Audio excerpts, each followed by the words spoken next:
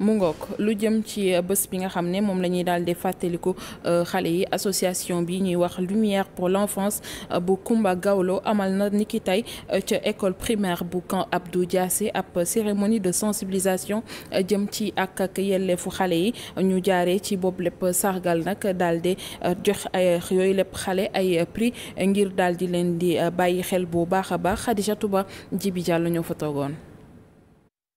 ajuma gi fukki fan ak juróom benn ci weeru juin artiste bii di Coumba Gawlo bamtuwaat na li nga xamante ni rek moo di màggal bés bi nga xam ne moom lañ jagleel ndaw ñi ren ji nag njiit kuréel bi ñuy woowee Lumière pour l'enfance daal di rek dajaloo ndawub école primaire bu Camp Abdou Diassé ngir nag delloo leen njukkal waaye it encouragé leen ci seen njàng. di leen xamal ni nag sama teewaayu fii tey dafa nekk teewaay boo xamante ni nii amul hasard ndax teewaay bu ñu tànn la ci bés bi nga xamante ni nii mooy célébrer la journée de l'enfant africain bés bi ñu njukkal xale yi ndax xam ngeen ni 16 juin daa nekk bés boo xam ne li ko waral mooy ay gune fële ca Soweto ca Afrique du Sud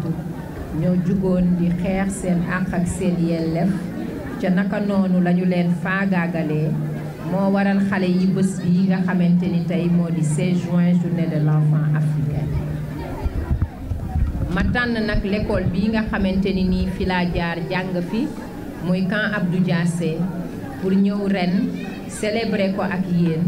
loolu nag nekk loo xam ne nii lu am symbolique la. naka noone muy fàttali te mu ren ci li war ci ndaw ñi ci lu jëm ci wàllub numérique ci loolu nag mu ngi leen di sensibiliser rek ngir rek ñu mun ko jëfandikoo bu baax. bésu tey créé wuñ ko woon pour déperdition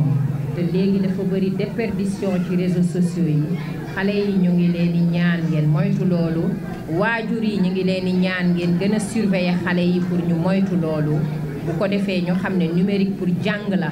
jàng say leçon dugg internet xool sa xam-xam noo koy yokkee